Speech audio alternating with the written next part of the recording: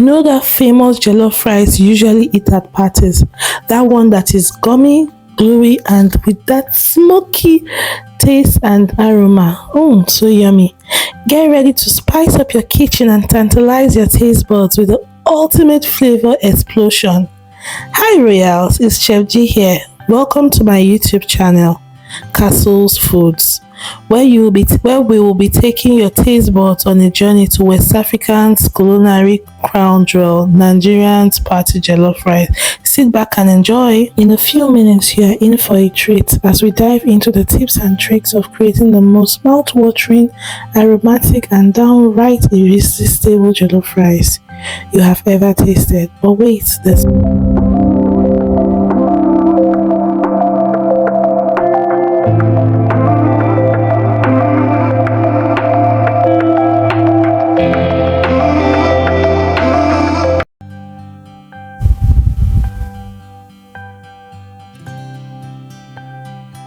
Here are your ingredients. We have the mixed herbs, the shallot, the spices, your washed and drained rice, bay leaves, curry leaves, butter, blended tomato and pepper base, vegetable oil, tomato paste, and then we have our fresh tomatoes.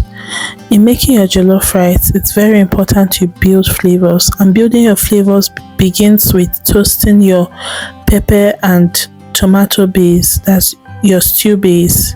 You need to toast it to build your flavor. So here I washed up my paprika, celery, onions, tomatoes. The list is in the ingredients, is in the description below, and then I cut it up in order to roast it. I roasted it in my oven. I grilled it at 200 degrees Celsius for about 20 minutes.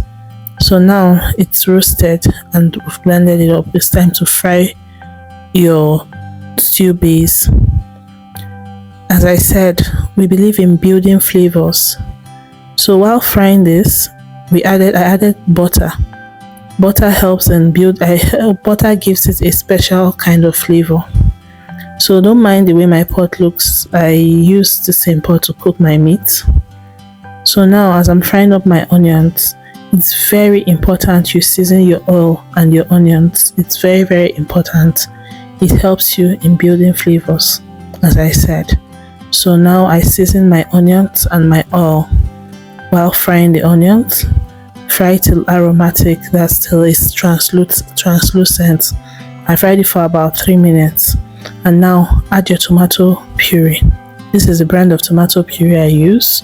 It has not failed me, and it's really good. So now I'm frying up my tomato puree. So I didn't give a quantity is because the quantity varies on the size of rice, on the quantity of rice you're cooking. So now I'm frying up my tomato paste. Please Royals, fry your tomato paste so that you can get rid of that tangy flavor.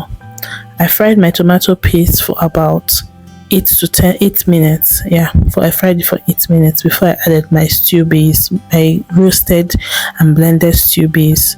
So it's very important that you reduce the heat, or you use medium heat so that your stew base doesn't get burnt.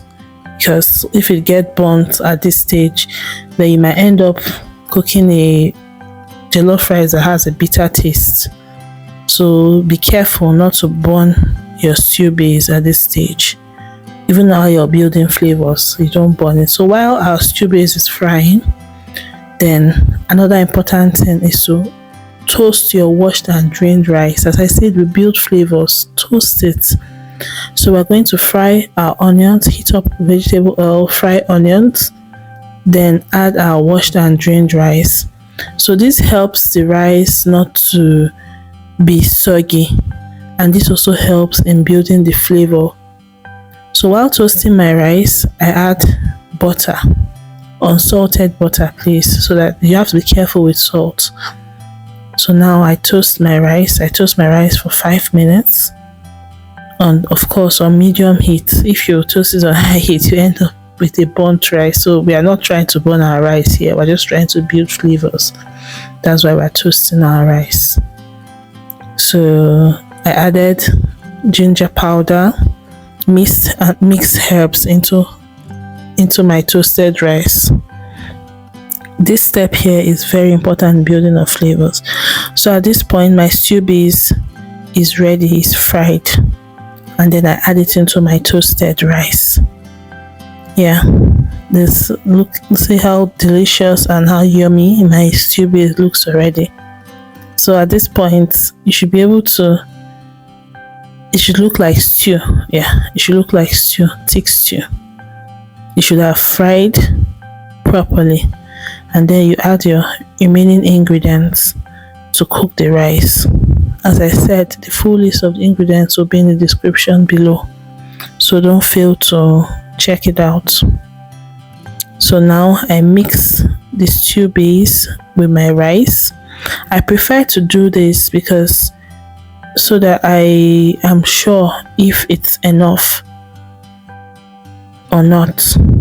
So after mixing it up, then I add my meat stock. I add it in bits. I add my meat stock and water in bits so that I don't add too much water and then I end up with soggy rice. Yeah, we're trying to make party jollof rice here. I know it could be gummy, it could be gooey, but we don't want the rice overly soggy. And then like we're making two, we're not making two, we're just making party jollof rice here. So now you've mixed up your rice, and now it's time to cover and allow to cook. At this point, my kitchen was so full of aromas. It was, my family members were hungry and they couldn't wait to taste this rice. So yeah, I cover with foil to trap in the steam. First of all, you cook on medium heat. So now I've covered up my rice with foil and I allowed it to cook. Now my rice is almost ready, not completely ready. I added in chopped onions and tomatoes, fresh onions and tomatoes, and I added in the remaining part of my butter. This is also a step in building flavor. As I said, we build flavor in different stages. This is also a step in building flavor. This adds extra flavor to your jollof rice. So after this, you close up your rice and you allow it to burn for a few minutes to build up that smoky taste. And now you have it, your jollof rice is ready. Make sure you recreate this recipe. Feel free to leave your comments and questions in the comment section below. Like, share and subscribe. Love you. Bye.